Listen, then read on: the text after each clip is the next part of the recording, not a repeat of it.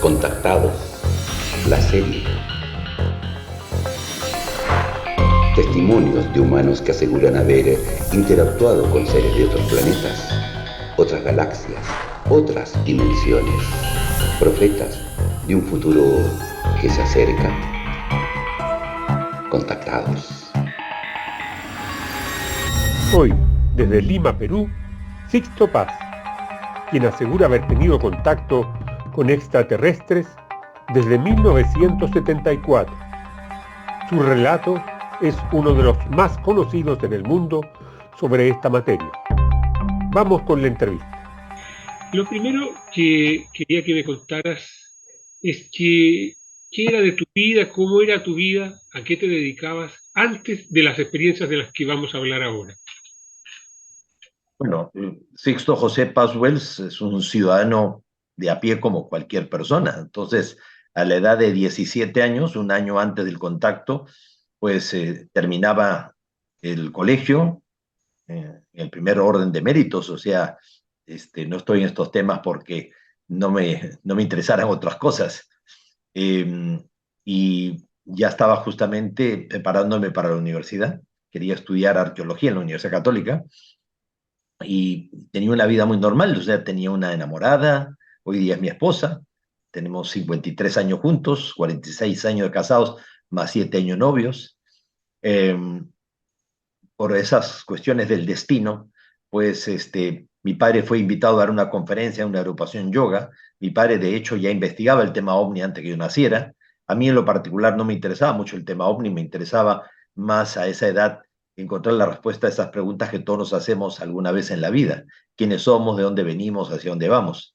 No encontré las respuestas en la religión, porque para la iglesia todo es un misterio. En la ciencia todo es una teoría, no hay nada concreto. Entonces tenía que haber respuestas en alguna parte. Entonces cuando mi padre va a dar una conferencia en una agrupación yoga que hacía hatha yoga y mantra yoga meditación, fui acompañándolo y me encontré con un grupo de personas que se dedicaban a temas espirituales en hacer de una religión y hablaban del autoconocimiento, de la introspección. Me gustó y me enganché con ese tema y me puse a practicarlo. Si bien no encontré las respuestas que buscaba, sí encontré mucha paz interior, mucho equilibrio, mucho sentido, pues, y al año siguiente es que sale una noticia en el periódico que hablaba de señales de sonidos provenientes del espacio exterior, de la existencia de un proyecto llamado el proyecto OSMA, la versión antigua del proyecto SETI, de captación de sonido del espacio, que se estaba utilizando los radiotelescopios de Nuevo México, todavía no se utilizaba el de Arecibo, para captar estas señales. Y se decía que no solamente los científicos estaban tratando de decodificar estas señales, sino que también un grupo de psíquicos que trabaja para el gobierno norteamericano para resolver casos delictivos que no pueden ser resueltos por la vía normal, estaban tratando de establecer una conexión de tipo psíquico con supuestos seres extraterrestres. Entonces, eso me interesó mucho porque en ese momento pensé, de pronto los extraterrestres, si es que existen, como dice mi papá, pues tienen la respuesta a mis preguntas, de quiénes somos, de dónde venimos, hacia dónde vamos. Y fue así como después de la conferencia me reuní con mi madre y mi hermana, con quienes practicaban lo que aprendía en la yoga, e intentamos como jugando aquella noche del 22 de enero del año 74, hace ya 50 años atrás, intentamos como jugando tener un contacto extraterrestre. No para ver los ovnis ni nada, simplemente para escuchar su punto de vista con respecto a mis preguntas, nada más. ¿Y qué se produjo en esas circunstancias? Pues se dio la experiencia del contacto, recibimos una psicografía, que es el fenómeno de escritura automática, una canalización, en donde un ser llamado Oxal, que decía provenir de Ganímedes, una de las lunas de Júpiter, decía querer comunicarse con nosotros. Naturalmente no lo tomé muy en serio, pensé que era mi imaginación, pero mi madre y mi hermana me dijeron que ellas habían sentido lo mismo, habían captado el mismo mensaje, solo que no lo habían escrito. Entonces les dije, olvídense, no puede ser tan fácil, si no cualquiera tendría contacto. Ya me fui a mi habitación, me olvidé del asunto, pero mi hermana, menor que yo, agarró el teléfono y empezó a llamar a los amigos diciéndoles, oigan, no se imaginan lo que ha ocurrido esta noche. Sixto se ha comunicado con extraterrestre y nosotros también hemos sentido el mensaje. Pues al día siguiente éramos 20 personas en la casa y todo el mundo me presionaba para que repitiéramos el experimento de la noche anterior. Yo no quería hacerlo porque no quería ni engañarme yo, ni engañar a nadie, menos aunque era ridículo. Pero tanto insistieron que lo repetí. Entonces la mayoría meditó por primera vez en su vida, éramos como 20 personas. Y nuevamente recibimos un mensaje y mi hermano Charlie, mayor que yo, insistió para que pidiéramos una prueba. Entonces se nos dijo que fuéramos al desierto, al sur de Lima, porque el 7 de febrero del año 74, a las 9 de la noche, veríamos aparecer la nave. Y esa sería la confirmación de que el contacto era real. Fuimos, pero desde un día antes, para pasar también una noche antes en el desierto. Subimos a todos los cerros circundantes para asegurarnos de que no hubiera ninguna luz directa o indirecta, por eso estuvimos de la noche anterior. Y llega el día de la cita, a la hora indicada, y bueno, todo era chiste, broma, nadie se creía mucho lo del contacto. Sin embargo, a la hora exacta, detrás de los cerros, se iluminó la noche como si fuera de día, y todos hemos visto salir una luz que se desplazó sobre las crestas de las montañas, quedó estable en el horizonte, el lado derecho, y desde ahí fue descendiendo hasta colocarse, calculamos, unos 80 metros encima de todos nosotros. O sea, estaba muy bajo, era un techo de luces, era un objeto que giraba sobre sí mismo con luces multicolores y proyectó una luz como de mediodía que nos envolvió. En ese momento sentimos pánico, terror, un miedo tremendo. Algunos de mis compañeros, ingenuamente, queriendo esconderse detrás mío, me decían: Sixto, dile que se vaya, tú eres el que se comunica con ellos.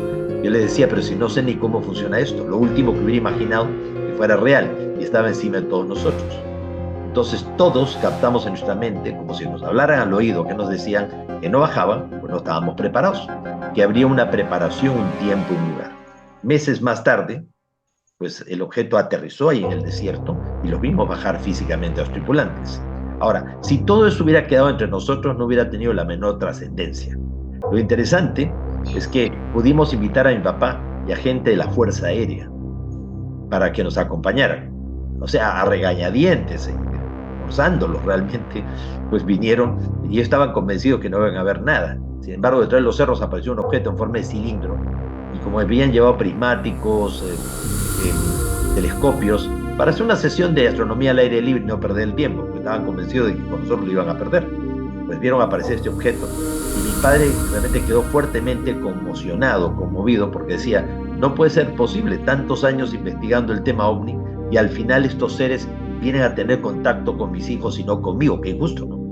Entonces, al mes del contacto ya éramos 8 personas, entre chicas y muchachos, que podíamos estar recibiendo las mismas respuestas a las mismas preguntas.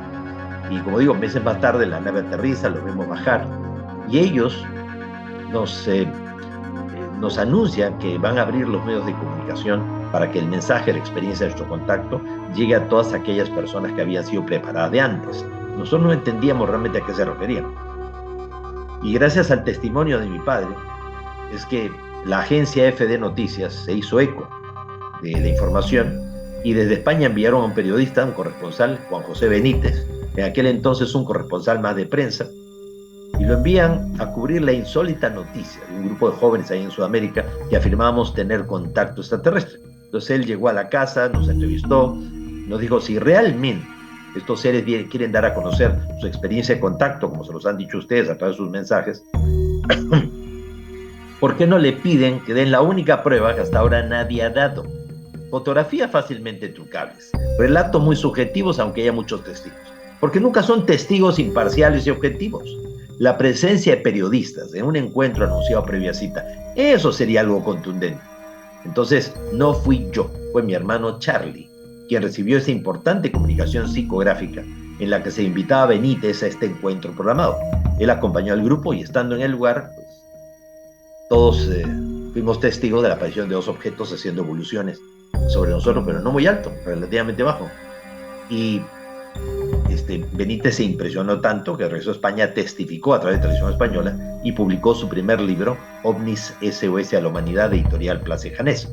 Al año siguiente, Benítez regresó con otro periodista de la agencia F, Fernando Mujica, y nos acompaña a un nuevo encuentro programado, pero esta vez a una playa al norte de Lima, ya no al desierto al sur. Y nuevamente los objetos aparecieron y de ahí surgió otro libro de Benítez, 100.000 kilómetros tras los ovnis. Entonces, 10 veces a lo largo de estos 50 años se ha convocado a la prensa a encuentros programados. Hay un adagio popular, un dicho, que dice: cría fama y échate a la cama. Bastaría haberse invitado una sola vez a la prensa y no arriesgarse a que la próxima no aparezca, ¿no? Porque para hacer ridículo nadie está. ¿Por qué lo hemos hecho 10 veces en estos 50 años? Porque para nosotros mismos es importante verificar que sigue siendo verdad, que del otro lado de la línea telefónica realmente hay alguien que se comunica contigo. Y esto no es una esquizofrenia, un delirio, ¿no? Una locura o juego de la imaginación. Ahora, aparte de esas 10 veces que se ha convocado a la prensa, ha habido 8 veces más en donde nosotros no hemos convocado a la prensa. La prensa se ha convocado sola, se han enterado de que estábamos de salida y nos han caído de paracaidistas. Por ejemplo, en el año 2009, eh, estábamos en Rasal, en el Pirineo aragonés, estábamos 6 días allí y nos llegan pues Ángeles Macua de Telemadrid, su camarógrafo Ángel Valcárcel y su sonidista, ¿ya? Y simplemente se invitaron ellos solos y estando en el lugar ocurre una manifestación. Generalmente aparecen las naves y se forma una especie de domo luminoso que se conoce como Sendra, como portal interdimensional. Y si tú la atraviesas puede ser como desmaterializado, teletransportado, proyectado a otro lugar. Entonces esto apareció delante de todos nosotros y los periodistas dijeron: don Sisto, lo hemos escuchado a usted contar muchas veces la experiencia de los Sendra, los portales dimensionales. Incluso está en el libro de Juan José Benítez un capítulo completo sobre estos Sendras o portales entre las dimensiones que permiten viajar a través del tiempo y el espacio. Estamos viendo que se ha formado este domo luminoso delante de nosotros. ¿Usted cree que nosotros como periodistas podríamos tener la oportunidad de vivir una experiencia? Adelante, ¿por qué no? Pasen. Y los 3 periodistas entraron dentro del domo de luz. Y cuando salieron, 15 minutos después, estaban alucinados. Decían: don Sisto, no sabemos si hemos estado días, semanas, meses o años en esa otra realidad. Eran unos seres muy altos, nos llevaron a lugares increíbles. Una experiencia similar ocurrió justamente 3 años después de que nosotros empezamos a relatar estas experiencias aquí en el Perú. O sea, el 25 de abril de 1977, un cabo del ejército de Chile, la zona justamente de Putre, ¿no?, en Arica, frontera con el Perú, donde hay mucho contrabando en el desierto, pues estaba con un grupo de soldados, unos 8 soldados acompañándolo, cuando de pronto ven una luz que desciende de una colina. Entonces el cabo Valdés, muy valiente, y le dice a los soldados: cúbreme, voy a ver de qué se trata. Y él fue y penetró el interior de la luz. Y cuando sale la luz, 15 minutos después, tenía la barba que hacía varios días y el reloj en el fechador adelantado en 5 días, pero él conscientemente no recordaba dónde había estado. Y en el libro de Benítez y en los relatos nuestros desde el año 74 dice: entramos en el domo luminoso y fue como estar 4 o 5 días allá, y cuando volvimos habían pasado escasos 15 minutos. Y la primera manifestación que usted tuvo fue aquella psicografía. ¿Y puede explicar cómo se produjo ese fenómeno? ¿En qué consistió? Claro que sí. La psicografía es escritura automática o una forma de telepatía instrumentalizada. Partimos del hecho de que todos los seres humanos tenemos facultades psíquicas, percepción extrasensorial. Tú puedes comunicarte con la palabra, pero también con la mente, se llama telepatía. Tú puedes escuchar con los oídos, pero también con la mente, algo que ocurrió a 1000 kilómetros de distancia, se llama clariaudiencia. Tú puedes ver las cosas, pero también ver el futuro. Eso se llama premonición o precognición. Premunir, anticipar desgracias; precognición, conocimiento previo de las cosas. Tú puedes tocar un objeto y a través del tacto saber si es rugoso, liso, frío o caliente. Pero a través del tacto también puedes saber la historia del objeto, a quién le perteneció, si el dueño del objeto está vivo, está muerto, está cerca, está lejos. Interpol, Scotland Yard, FBI utilizan psíquicos para resolver casos delictivos que no pueden ser resueltos por la vía normal. Entonces, los extraterrestres tienen desarrollado el potencial psíquico, de tal manera que ellos inducen el contacto. O sea, ellos pueden leer nuestra mente, pueden inducir en nosotros el interés por tener el contacto, y uno a veces cree que uno ha tenido contacto, pero realmente son ellos los que han tenido contacto contigo. O sea, ellos seleccionan a la gente con la que desean contactarse, pero no porque tal o cual persona sea mejor que el resto, sino porque ellos saben que a través de ciertas personas pueden llegar a un colectivo mucho más amplio. ¿De qué le serviría tener contacto con alguien muy importante que vive la experiencia y por el temor al ridículo jamás se va a arriesgar a exponerse ni a decirlo? O alguien que vive la experiencia y como la mente humana tiene mecanismo de bloqueo que hace que uno olvide experiencias traumáticas, la persona no recuerda conscientemente lo que ha vivido, solamente tiene lo que llamaríamos el missing time, ¿no? Tiempo perdido, hora de su vida en que no sabe qué fue lo que le pasó. Entonces, la psicografía es que uno canaliza un mensaje y automáticamente siente la necesidad compulsiva. O sea, no es que uno está poseído, esto no es un caso de espiritismo, uno está consciente en todo momento. Y si tú no quieres recibir el mensaje, bloqueas tu mente, te pones a pensar en cualquier otra cosa y no hay posibilidad alguna de que recibas un mensaje. Entonces, uno recibe la onda mental y uno lo transcribe automáticamente. Y la idea es siempre hacer preguntas, ¿no? O sea, que preparar un cuestionario de preguntas para que esta interacción sea lo más constructiva, positiva, podríamos decir, aporte. A ver qué me quieren decir ustedes, no, a ver qué quieres saber tú. Entonces, de ahí no partimos. O sea, no pasamos de ahí, ¿no? Tiene que haber realmente un interés de profundizar temas y no dispararse a cualquier tema, sino tratar de que cada sesión de canalización de preferencia sea en grupo, o sea, que sean varias personas los que reciban el mensaje simultáneamente y contestando las mismas preguntas. Porque si supuestamente estamos en contacto con los mismos seres, no puede ser que a mí me digan una cosa y al otro le digan otra. O sea, los mensajes tienen que coincidir. Aparte, todo verdadero mensaje tiene que ser coherente y lógico. No puede ser que estos seres vengan de tan lejos para decir tonterías. Los mensajes tienen que ser positivos y ofrecer alternativas. Esos mensajes catastrofistas que dicen que el mundo se va a acabar, que en el 2027 nos va a caer un meteorito, no tiene sentido alguno. ¿Por qué? Porque según los extraterrestres, las profecías no han sido dadas para que se cumplan, sino para que no se cumplan. Siempre es advertir para corregir. Que si el futuro fuera inexorable, ¿dónde estaría lo más sagrado que el ser humano ha recibido la divinidad, que es el libre albedrío? Las profecías positivas hay que colaborar para que se den. Las negativas hay que hacer lo imposible para que no ocurran. Y cualquier variación, por mínima que sea, traerá consigo un futuro diferente. Luego de todos estos años, ¿cuál es su conclusión? Primero, que no estamos solos, que nunca lo hemos estado. Que no podemos realmente hacernos una idea de la historia de la humanidad si no es tomando en cuenta el eslabón perdido que viene en las estrellas. De hecho, nosotros seríamos también siembra de vida extraterrestre, seríamos semillas estelares, y que a lo largo de nuestra historia aquí ha habido hibridación y mestizaje, naufragios estelares, colonizaje y hasta deportación de extraterrestres a nuestro mundo. Y no es que estos seres se parezcan a nosotros, somos nosotros que nos parecemos a ellos, que es diferente. Y que somos para ellos un experimento sociológico, antropológico, metafísico. Por eso las intervenciones de ellos, y por eso también hasta hace poco su carácter un poco huidizo, esquivo, ¿no? Porque esto es como cuando uno es niño, ¿no? Cuando uno es niño, tus padres te parecen como si fueran Dios en la tierra, ¿no? O sea, los ves gigantescos, te parece que lo saben todo, que lo pueden todo, les tienes cierto temor. Sin embargo, aún así, siempre haces algunas travesuras para ver qué margen tienes. Y ya cuando sabes que te cae un jalón de orejas o un jaloneo, ya sabes, hasta ahí nomás es el límite. Cuando tú eres pequeño, tus padres entran a tu habitación, se sientan al lado tuyo, te leen un cuento, te educan de acuerdo a tu edad, te alimentan de acuerdo a tu edad y te visten de acuerdo a tu edad. Cuando tú llegas a la adolescencia, tú cierras la puerta y pones hasta un cartel que dice prohibido el ingreso a todo personal ajeno a la obra, especialmente a los papás, ¿no?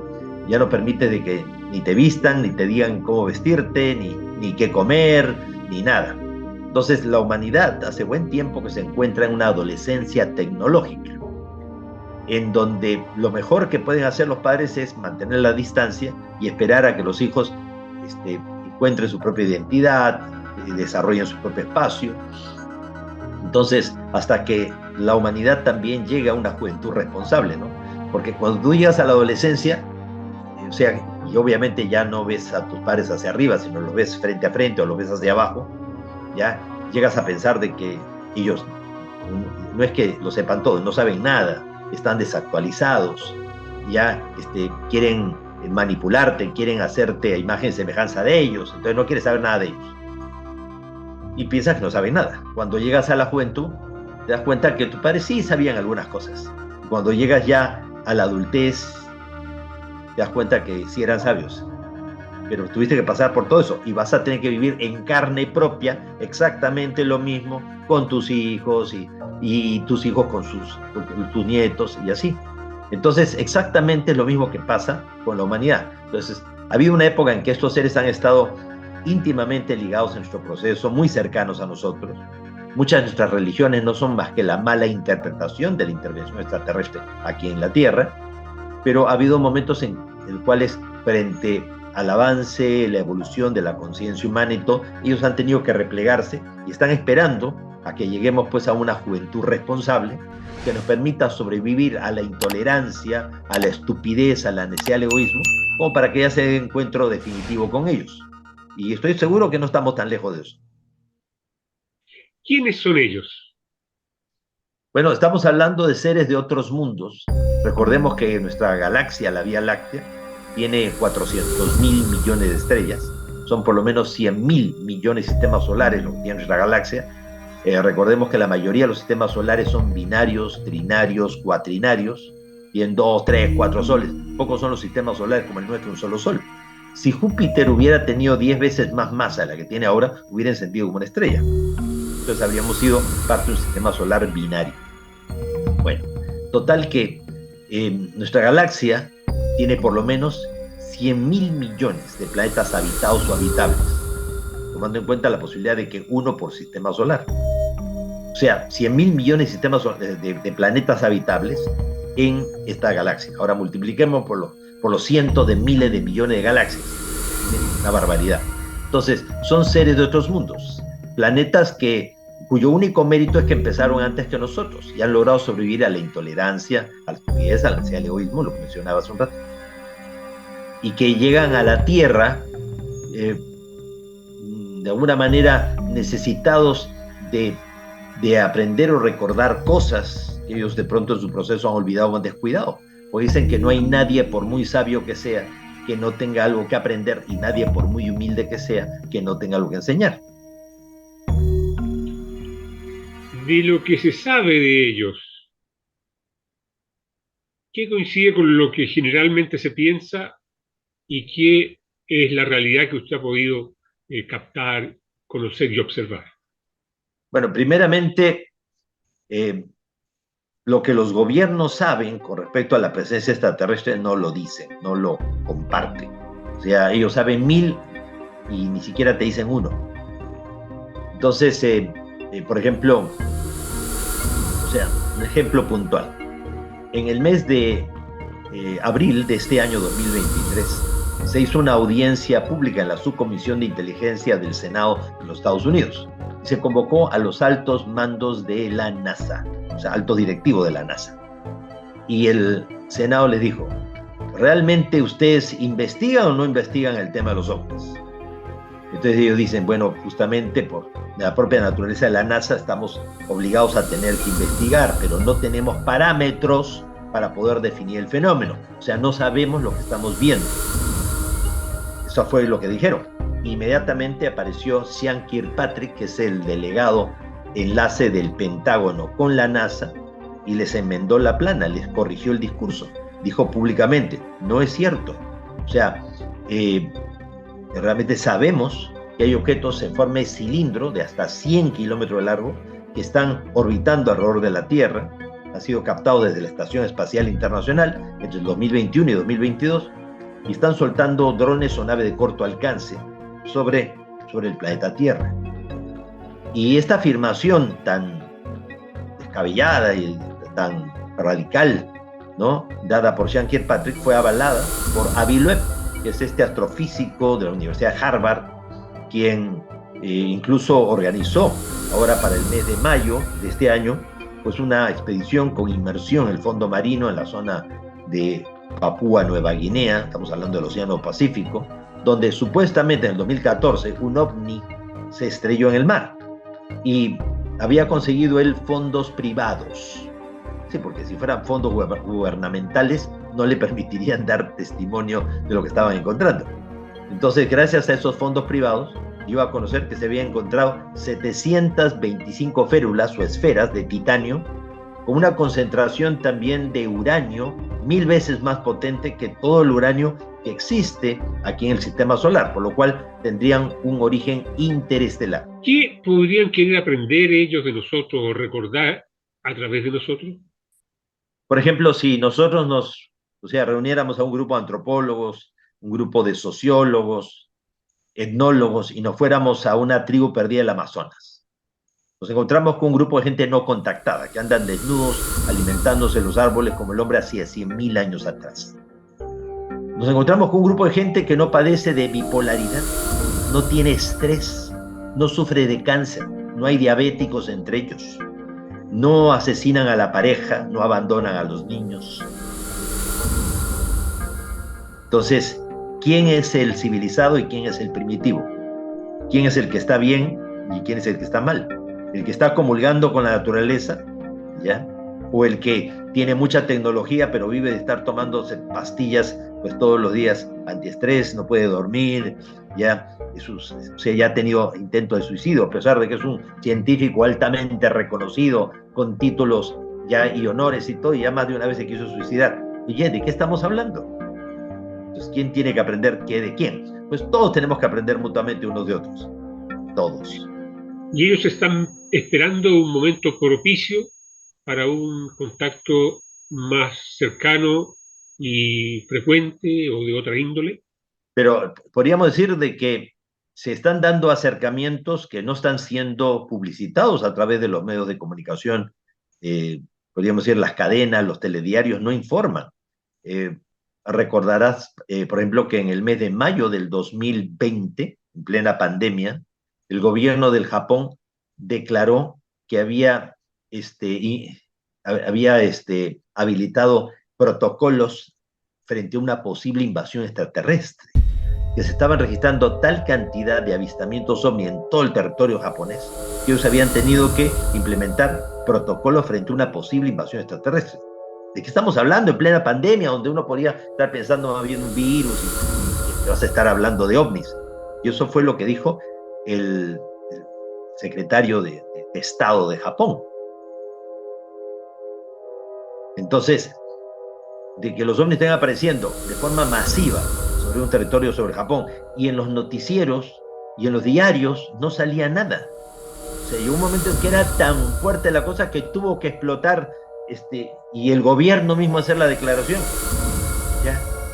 Es como que, supongamos, hay unas marejadas impresionantes de olas de 10 metros ahí en la costa, que están poniendo en peligro los balnearios y todo, y en los periódicos no sale nada, en los telediarios no dice, no, está muy bonita la playa, ya, y te ponen imágenes de hace un año atrás y todo, ¿no?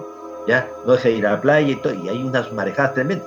Llegó un momento en el cual ya desapareció pues el puerto, o varios de los barcos que estaban allí en el puerto fueron arrastrados por el oleaje, y el gobierno dice lamentablemente pues estas marejadas y todo se debe. ¿Qué? ¿Había marejadas?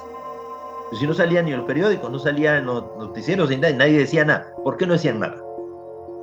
Entonces, con esto de los ovnis ahora, mucha gente que nunca creyó en el tema ovni, que nunca se lo planteó, que nunca pensó, de que se reúnan 3 altos mandos militares, ¿no?, en el Senado de los Estados Unidos, el 26 de julio de este año 2023, y declaren bajo juramento que han perseguido ovnis, que los ovnis han demostrado una tecnología muy superior a la Tierra y que no vienen con malas intenciones y que no son de la Tierra.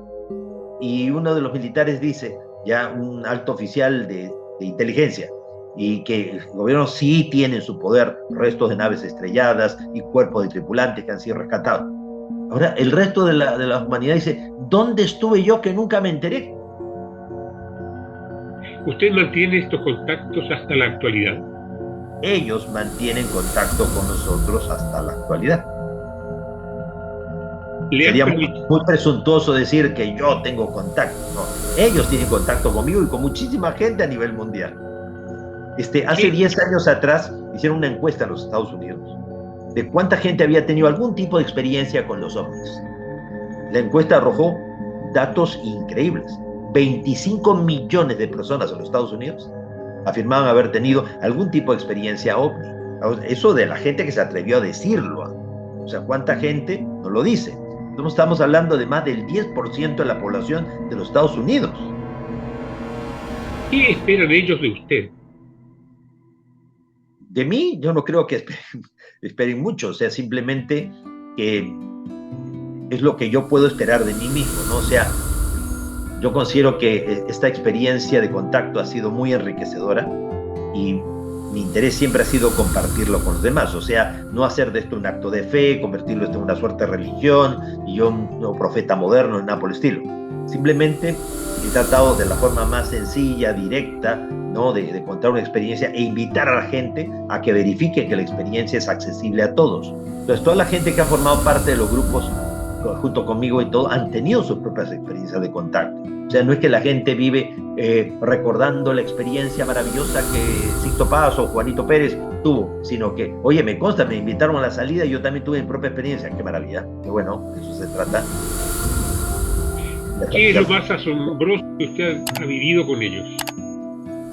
Uy, pues haberlos acompañado fuera de la Tierra, haber estado en Ganímedes y haber verificado, por ejemplo, que gente de la Tierra que ha sido llevada por ellos, gente que ha sido rescatada de guerras, o sea, regimientos completos están allí con ellos y lo están preparando, y que según ellos a partir de agosto del 87 los iban a reinsertar con un nivel de conciencia superior para que se ayude al despertar de conciencia planetaria, para que empiece a iniciarse una reacción en cadena de cambios en el planeta. O sea que mucho de esto, o sea, de lo que está haciendo gente como Julian Assange, Edward Snowden, es gracias a que hay gente que ha sido devuelta y que está infiltrándose en medios de comunicación, puestos de poder, en estamentos militares o científicos, y están ayudando a que empiece a liberarse información.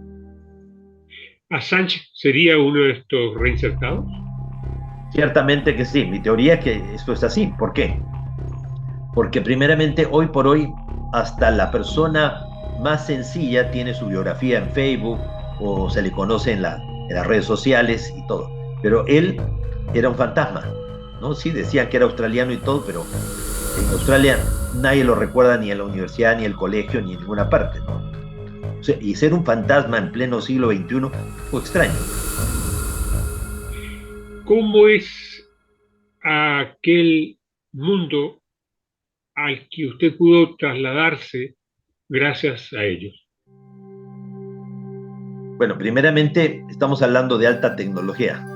O sea, es como que un aborigen de la selva ya trate de explicarle a sus compañeros que vino un helicóptero de la Cruz Roja, se lo rescató, lo llevó a la ciudad más cercana, que le pareció, ya era un pueblito de 20 casas, pero con posta médica, pero comparado con sus chozas en medio de la selva, era como haber ido a Nueva York. ¿Ya? ¿Y cómo les explica que lo llevaron en un helicóptero y que el helicóptero volaba, ¿ya? Y terminó en una ciudad inmensa de 20 casas y lo atendieron y lo devolvieron? O sea, a él le va a quedar en su imaginación que es como si hubiera estado realmente con dioses, si hubiera estado en otra parte. Entonces, la tecnología existe, entonces estos seres no son mejores que nosotros, están en un diferente momento de evolución, pero obviamente todas estas experiencias lo impactan a uno, porque te hacen salir de lo diario, de lo cotidiano, y te hacen darte cuenta de que existen otras realidades. O sea, es como que tú puedes tratar de explicar realmente lo que viviste. Generalmente las explicaciones uno las hace por asociación de ideas, ¿no? Siempre comparando con cosas que uno conoce. Pero son experiencias que le cambian, le marcan a uno la vida para siempre. ¿Qué se puede esperar del futuro, de acuerdo a lo que usted ha podido conocer de este tema? Bueno, que si estos seres han logrado sobrevivir y pasar etapas de crisis de crecimiento, como la que nosotros estamos viviendo en la actualidad, nosotros no tenemos por qué pensar que nos vayamos a destruir. Si ellos lo lograron, ¿por qué nosotros no? Y más aún cuando ellos dicen que nosotros somos como una versión corregida y mejorada de ellos. ¿Cuál es el mensaje más importante que usted cree que puede transmitirnos a partir de las experiencias que ha vivido? Pues una de las cosas más extrañas que ellos nos transmitieron es que, según ellos dicen, el tiempo en el universo es como una espiral ascendente. En una de las curvas de la espiral, el universo, o sea, nuestro planeta Tierra murió hace 1.200 millones de años. Se murió por impacto de lluvia meteórica, por pulsos de luz violeta emitidos por el centro de la galaxia, que cada 26.000 años llegan a nuestro sistema solar y generan todo tipo de mutaciones y cambios. La Tierra no los pudo soportar y nuestro planeta se desapareció, se hizo polvo, se hizo puré. Entonces un grupo de civilizaciones recibió la autorización de viajar a través del tiempo y el espacio y venía a la Tierra antes que la Tierra muriera e impedir de que muriera. Y crearon con esto un tiempo alternativo paradójico que se ha venido trenzando con el real tiempo del universo. Según esto, nosotros vivimos una paradoja espaciotemporal, un tiempo virtual. Esto está publicado en un libro en el año 86 que se llama Contacto Interdimensional. El 3 de marzo del año 2009, el detector de ondas gravitacionales de Hannover en Alemania, el GEO 600, captó unos ecos provenientes de los confines del universo que llevaron al científico Craig Hogan a la conclusión de que vivimos en un holograma, en una realidad virtual, en una simulación a gran escala. En febrero del 2014, Michio Kaku, este científico norteamericano de padres japoneses que tiene un programa de televisión, el Discovery Channel, declaró que la posición actual, o sea, que la física cuántica ya es de que estaríamos viviendo en un holograma, en una realidad virtual, en una simulación a gran escala. Pero qué curioso, ¿no? No fue un físico, ni astrofísico, ni un especialista en física cuántica, simplemente una persona que decía estar en contacto, el que lo publicó eso en el año 86, muchísimos años antes. Qué raro, ¿no? También a partir de sus experiencias, ¿qué es lo mejor que podemos hacer con nuestras vidas? Bueno, darle sentido. Y para darle sentido hay que preocuparse por el planeta, comprometerse con el prójimo, comprometerse con los animales, porque este planeta es nuestra responsabilidad. Entonces, si nosotros no aprendemos a vivir aquí, no merecemos ir a ninguna otra parte. Y además no creo que se arriesguen a que nosotros salgamos de aquí mientras que no aprendamos a valorar, a respetar y a cuidar realmente el mundo que tenemos. Ahora, mucha de la violencia, de la negatividad, del egoísmo que vemos exacerbado en el planeta en la actualidad, no es tanto culpa del ser humano. No estoy queriendo disculpar, pero no es tanto culpa del ser humano. Hay una explicación para todo eso. Según ellos, hace 26.000 años los nuestros, dos grandes civilizaciones fueron enviados a la Tierra en calidad de guardianes y vigilantes. Unos eran los seres de Orión y otros los seres de las Pléyades. Los Oriones eran seres como de 3,5 metros de estatura, con cola, con apariencia de reptiles. Había uno que era como un príncipe de Orión, un ser de color blanco, un reptil, ya llamado Satanel, Satán o Satanás. Entonces, según esto, pues estos Oriones, que venían como guardianes y vigilantes del proceso de evolución de este planeta, se dieron cuenta de que el ser humano, como una versión corregida y mejorada de ellos, podría poner en peligro el orden cósmico. O sea, que éramos peligrosos, impredecibles.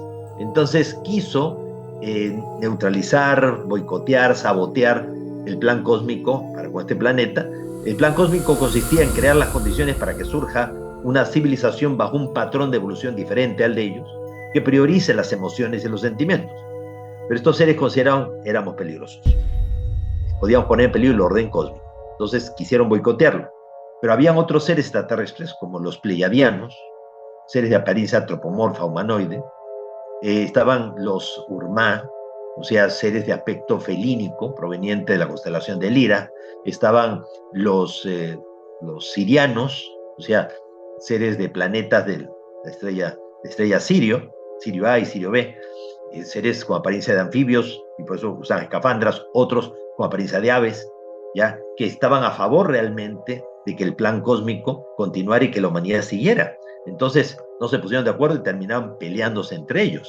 O sea, las pasiones, las emociones, los sentimientos, en contacto con nosotros, esas emociones los afectaron. Había ya, tiempo antes, extraterrestres que sabían el ego, el orgullo, la manía, la soberbia, se les subió a la cabeza y se hicieron adorar como dioses. Tomaron pueblos completos como sus feudos particulares y se empezaron a pelear entre ellos, usando a la gente. Entonces, al final, los Oriones son derrotados por esta, podríamos decir, esta confederación, y son deportados y exiliados a la Tierra. Acostumbrados a vivir miles de años fuera del planeta, murieron aquí y quedaron atrapados en nuestro mundo en otra dimensión. Y desde ahí le han declarado una guerra psíquica a la humanidad. Y se han constituido un gobierno secreto mundial tenebroso negativo. Ellos no pueden manipular a toda la humanidad porque no están vivos, son como espectros. Entonces ellos manipulan a la humanidad a través de pocas personas, de la propia Tierra. Gente débil de carácter, débil de voluntad, gente llena de resentimientos, de rencores, de frustraciones, de miedos. y vinculan a esas personas en la política, en la religión, en la economía, en los bandos militares, en la moda, en la música, y a través de ellos tratan de llevar el mundo hacia la autodestrucción. Porque cuanto más rápidamente se destruye el planeta, más rápidamente se liberan ellos de esta prisión, que sería la Tierra para ellos. Entonces, muchas de las cosas tenebrosas, la prostitución infantil, la drogadicción, tantas cosas que vemos actualmente en el planeta, son generadas por esta fuerza tenebrosa, ¿no? Un ejemplo nomás sencillo. Para un promotor musical, ¿no? ¿Qué le resulta más rentable? ¿Ya? Un grupo musical que tiene talento, que tienen canciones pegajosas, que tienen buena apariencia, que invertir en ellos el mínimo para conseguir el máximo resultado. O otro grupo que no tiene talento, que no sabe cantar, que en cuanto a apariencia deja mucho que desear, y el tema de sus letras, de sus canciones es drógate, incendia la casa con tus padres, ya te divertiste, violar a tu hermana, ¿ya? Entonces, a esta gente vas a tener que ponerle 10 veces más presupuesto que a estos otros. Sin embargo, a este grupo con talento no lo promueven. Y si promueven al otro, queda un mensaje totalmente destructivo y en el que tienes que invertir más. ¿Cuál es la intención? Que la juventud ya siga este modelo y de alguna manera neutralizar a la juventud, que es la que tiene esa fuerza para poder realmente generar los grandes cambios mundiales. Entonces, al final, son fuerzas muy tenebrosas que conspiran. Ahora, frente a ellos también hay un gobierno interno positivo del planeta, un grupo de seres que llegaron a la Tierra en calidad de guardianes y vigilantes y fueron reclutando a gente en la propia Tierra para que se encargaran de alguna manera de crear el balance y el equilibrio a nivel planetario y que pudieran hacerle accesible al común de las personas parte de esa historia planetaria que nos permite entender quiénes somos, de dónde venimos, hacia dónde vamos. Somos polvo de estrellas, somos semillas estelares. Venimos de la fuente y debemos volver a la fuente. O sea, venimos a la fuente como chispas y debemos volver como soles generando luz propia. ¿Y hacia dónde vamos? Justamente al retorno a casa. A propósito de eso, ¿juega algún rol dentro de este contexto Dios? Pues según los extraterrestres, si Dios no existiera, habría que inventarlo, porque es lógico, porque nada puede surgir de la nada. Si el universo siempre existió, ahí estuvo Dios. Si el universo surgió a partir de un Big Bang, de tal manera que antes no había ni tiempo ni espacio, y todo estaba comprimido en una especie de singularidad, y de un momento a otro todo se inició, todo se descomprimió. Hoy día, para que teniendo tú un ordenador, una computadora, para que un archivo que está comprimido se descomprima, tienes que ir al teclado y hacer el movimiento sobre una tecla en particular, o simplemente das una orden de voz. Pero si no das la orden de voz y no tocas o no usas el teclado, nunca se va a descomprimir. Entonces, ¿quién fue el que dio el mensaje inicial de voz para descomprimirlo todo? ¿Ya? ¿Quién fue el que tocó el teclado? Entonces, obviamente no es una persona, es una fuerza, es una conciencia universal. Ahora, ¿cómo vamos a comprender algo que es de una dimensión infinitamente superior? Ya es como que nosotros quisiéramos ahorita comprender realmente cómo funcionan los agujeros negros. O sea, cada día se descubren cosas nuevas que cambian todo lo que se creía sobre los agujeros negros. Entonces, si tú ya crees que tienes la respuesta última y todo, pues no es así. Lo que pasa tiene que ver con la fuerza de este creador. Es como cuando tus padres te engendran, ¿ya? O sea, obviamente ellos te dieron la vida, pero la vida la tienes que vivir tú. O sea, nadie va a ir al kinder por ti, nadie va a ir al colegio por ti, nadie va a sacar las diplomas por ti, nadie va a buscar trabajo por ti, nadie va a encontrar pareja por ti. Todo lo tienes que hacer tú por ti mismo. Eso se llama libre albedrío. ¿Qué ha significado para ti dedicar tu vida a este tema? Bueno, yo estuve trabajando 8 años en un banco. O sea, una vez que dejé la universidad, seguía trabajando en el banco, pero en mis ratos libres, pues viajaba, participaba con grupos, y en un determinado momento los grupos me pidieron que me dedicara tiempo completo a difundir y todo, y hasta me ofrecieron su apoyo y todo, y así lo hice. Y con el paso del tiempo, pues ya no había más tiempo que para seguir difundiendo, y gracias a eso, pues hay 21 libros publicados, traducidos ya al italiano, al inglés, al alemán, al portugués, y he viajado por alrededor de 64 países. He dado conferencias en las Naciones Unidas en Nueva York en 2 ocasiones, 3 veces en la Universidad de Columbia en Nueva York, en la John F. Kennedy en San Francisco, en la Universidad de Montreal, Canadá, en la Complutense de Madrid, en la Autónoma de México. He sido invitado en el 2014 por senadores del Congreso de los Estados Unidos a Washington. He hablado en el Club de Prensa de Washington. Entonces, o sea, realmente mi vida se ha visto afectada por todo esto. Allá en la Ciudad de México, en Plaza Galerías, que es un centro comercial bastante grande, pues están mis huellas en el suelo en bronce al lado de la Julio Iglesias. Yo pensé que solamente los cantantes les hacían eso. En el norte de México, en la ciudad de Tecate, cerca de Tijuana, ya hay una avenida con mi nombre. Yo pensé que también eso lo hacían solamente con las personas que ya estaban muertas, pero no, en vida. Y claro, yo acepté ese honor, no tanto pues en mi nombre, sino lo acepté en nombre de toda la gente ya que ha difundido y ha despertado conciencias, ¿no? O sea, gente como Fabio Serpa, como Don Pedro Romagnuc, como Alberto Urquiza allá en Chile, como Patricio Bañados, como de pronto mi padre José Carlos Paz García Gorrochano, Don Pedro Ferriz Santa Cruz en México, Aimé Michel, Colman Boskevinsky, o sea, cantidad de gente maravillosa, Erich von Däniken, ¿no?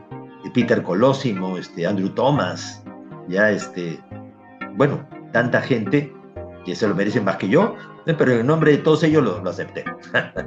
y hasta recibí un doctorado de la Universidad de Bircham de Miami, ya por toda la labor que he hecho durante todos estos años. Y la verdad que no lo he hecho ni para recibir honor ni nada, lo he hecho por convicción, porque sentí que realmente era bueno, de que realmente la gente sepa que no estamos solos, que nunca hemos estado, y que saberlo es un compromiso para cuidar el planeta, para comprometernos con la Tierra. Y la idea no es que la gente crea que yo subí a un ovni o viajé a otro planeta.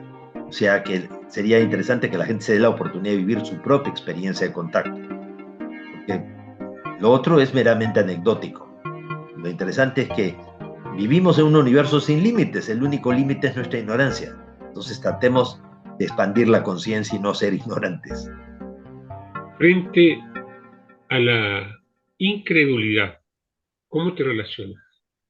Bueno, hace 50 años atrás, cuando empezamos a difundir la experiencia del contacto, los científicos en aquel entonces decían que el único planeta con agua era la Tierra, que probablemente fuéramos un caso único en todo el universo, que el espacio era vacío, que no había nada entre los planetas y las estrellas, que el único sistema solar comprobado con planetas era el nuestro, probablemente fuéramos un caso único en el universo. O sea, que cuando tú salías por la noche y mirabas el cielo estrellado, las estrellas estaban ahí de adorno, simplemente para que uno dijera, ¡ay, qué bonito!, y te pudieras orientar en el mar. Pero nada más. Entonces, ¿nosotros qué decíamos? En base a lo que estos seres nos dijeron, que el espacio está lleno de vida, que las moléculas orgánicas pululan en el espacio, que los meteoritos y los cometas arrastran las moléculas orgánicas y bombardean los mundos cual si fueran espermatozoides cósmicos fecundando los óvulos, que son los planetas, y que así como no todos los óvulos son fecundados aquí en la Tierra, así también no todos los planetas tendrían por qué albergar vida. Pues decir eso en el 74 era una tontería. Hoy día sería una tontería negarlo. ¿Por qué? Porque recién en el año 2014 se envió la sonda Philae a perseguir al cometa 67P. Y la sonda Philae aterriza en el núcleo del cometa y descubre que todo el cometa es una masa de moléculas orgánicas. Y que los meteoritos y los cometas arrastran moléculas orgánicas y bombardean los mundos cual si fueran espermatozoides cósmicos. Eso también en el año 2010 ya,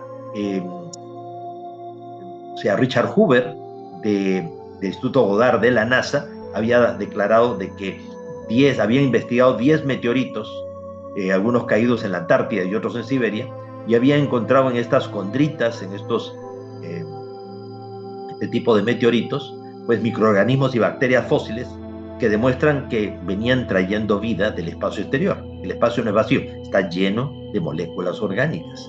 Pero ya eso estaba publicado en un libro hace 50 años atrás. Pero claro, nosotros lo decimos, somos unos alucinados delirantes, no tiene importancia, no, eso no es trascendente. El que lo digan los científicos después de tanto tiempo, eso sí es trascendente. Después también a nosotros nos decían de que los sistemas solares abundan en todo el universo y planetas como el nuestro hay muchísimos. Pues hubo que esperar hasta el año 2012 que la NASA descubrió el primer exoplaneta 100% agua a solo 20 años luz de distancia de la Tierra. Y en el 2006 es que Estados Unidos, a través de la NASA, envían la sonda Cassini a las lunas de Saturno. Ahora resulta ser que Saturno tiene como 100 lunas, y una de esas lunas, llamada Encelado, que tiene 500 kilómetros de diámetro, tiene geysers que lanzan agua vaporizada a 40 kilómetros de altitud. O sea, aquí uno se va pues al desierto Atacama, o te vas a Yosemite en el norte de Estados Unidos, o el parque Yellowstone, y te encuentras con geysers que lanzan agua pues a 10, 15 metros de altura y todo el mundo aplaudiendo, ¿no? ¡Qué maravilla! O sea, allá en Encelado, los geysers lanzan agua a 40 kilómetros de altitud y no hay nadie que aplauda. Y el agua se congela en el espacio y Saturno toma esa agua que se congela y forma el anillo E, que es el anillo más grueso que tiene Saturno y que lo caracteriza. Pues son muchos anillos, pero ese en particular. Y todo gracias a una pequeña lunita que tiene tal cantidad de agua y tal actividad geotérmica. Es una luna, no es un planeta, ¿ya? Y que justamente genera este efecto. Después, en el 2011, el telescopio espacial Herschel de la Unión Europea detectó una protoestrella, una estrella en proceso de formación a 750 años luz de distancia, relativamente cerca para la distancia que hay en el universo. Y resulta ser de que esa estrella en su proceso de formación lanza al espacio chorros, pero no chorros de radiación ni de fuego, sino el equivalente a 100 millones de veces el caudal del río Amazonas por segundo de agua. Una estrella que se está formando y lo que lanza al espacio no es fuego, es agua, pero no agüita, sino 100 millones de veces el caudal del río Amazonas por segundo de agua. Así que, ¿qué significa esto? Que tú te vas al espacio y te mojas de tanta agua. Muy bien, Sixto, muchísimas gracias, muy interesante, como siempre, y espero que nos mantengamos en contacto y seguir adelante con este tema como tiene que ser. apasionante. Ahora, no se puede demostrar cosas que son verdaderas con pruebas falsas, porque lo único que hacen es desprestigiar el tema y traen desconfianza. Durante tantos años se ha tratado de mostrar la realidad de todo esto, y ahora que estamos tan cerca de ello, que aparezcan pruebas falsas, ¿no? Y con oscuros fines económicos, lo único que hace es perjudicar al tema. ¿A qué te estás refiriendo, Sixto? Simplemente es el mensaje final, nada más. Ok, muchísimas gracias. Gracias Nos a ti. mantenemos en contacto, que estés muy bien. Claro que sí. Gracias, chao. Contactados, la serie. Testimonios de humanos que aseguran haber interactuado con seres de otros planetas, otras galaxias, otras dimensiones, profetas de un futuro que se acerca. Contactados. Muchas gracias por seguir nuestra serie. Y si le pareció interesante, por favor suscríbase, porque así podremos seguir haciendo este trabajo. Y denos a conocer también cuál es su opinión, qué le parece. Y así volveremos a encontrarlo. Muchas gracias y hasta pronto.